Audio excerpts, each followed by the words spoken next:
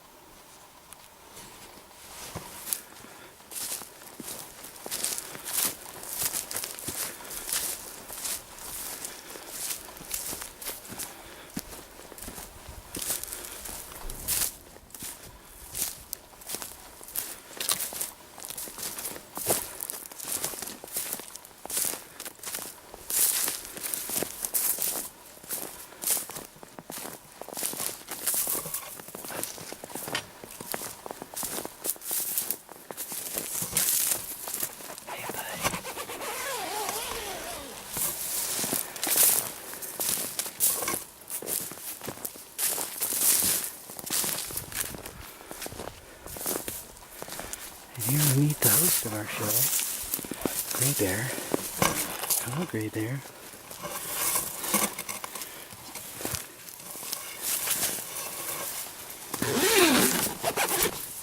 Come on in, I got a spot for you. So, it's cold. Here we are in our blind. Where it's cold. Tag team hunting. Keith gets to be the host. I guess we'll give him first shot, but we got it split. He's shooting over his left shoulder. Facing me. I'm facing him, shooting over my left shoulder. So, this is my view.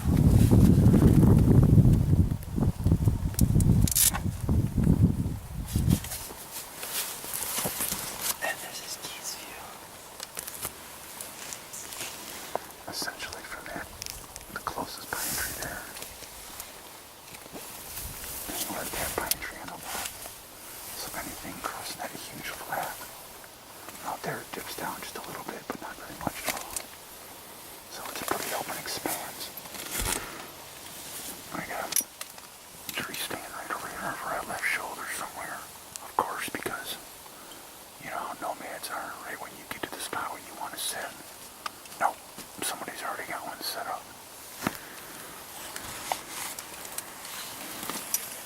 Does that offer you a good shot? Does that give you a good shot out there?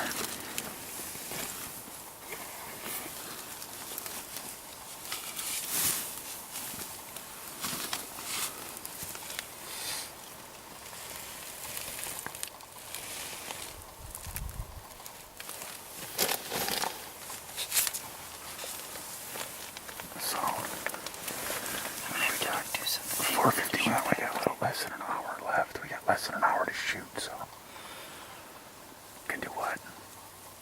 It's 4:50 now. 4:50. About 40 minutes. 45 minutes. So hopefully, we'll at least see something moving along. What we can do, I don't know if this guy's gonna come back out here tomorrow morning. We can break the blind down. There. And just lay it down. Throw my seat on top of it. Throw a couple logs on top of it. That way we ain't gotta go hump all that shit back out. I hope it doesn't take off on us. And we wrap it all up though. Yeah. We should be alright. Alright. Turn it back on. That comes in right. Unfortunately, this whole next section, we did the best that we could. We had a antlerless, could have been a button buck, deer come up on us. Yeah, just at that time of the night when it's just difficult to see, trying to look at the top of the head.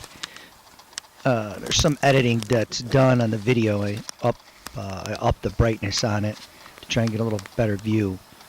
For the most part though, it's a lot darker than the camera makes it seem.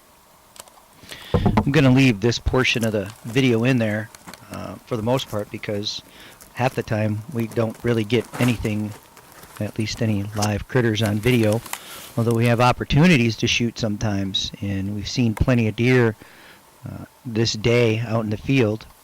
We just, when you're filming yourself and you're running your own program, it's a little difficult sometimes what goes up first, the gun or the video camera. So we've done the best that we could to get what we could on tape, and this was a good spot.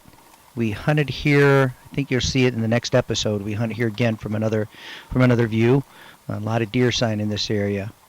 This little feller here, or little girl, he hung out in front of us probably for about a good, 5-10 minutes before it wandered off on its own. For the most part, this was a pretty decent sized, larger bodied deer, and under better circumstances, under better lighting, and if we would have had a doe permit, this could have been meat on the table. We're not opposed to doing that. It's been a long time since the Nomads had some meat in the freezer, so we're going to be a little bit more diligent about putting in our doe application permits on time this year. that will wrap up this episode of Nomad Outdoors. We're going to jump on the quad runner here, make our way out of the woods, and have to thank my good friend GreyBear for his warm hocks as we head out down this trail, back out to the pickup truck, back to camp for some food. We'll be back at it again tomorrow for episode 3, Nomad Outdoors 2013 gun season.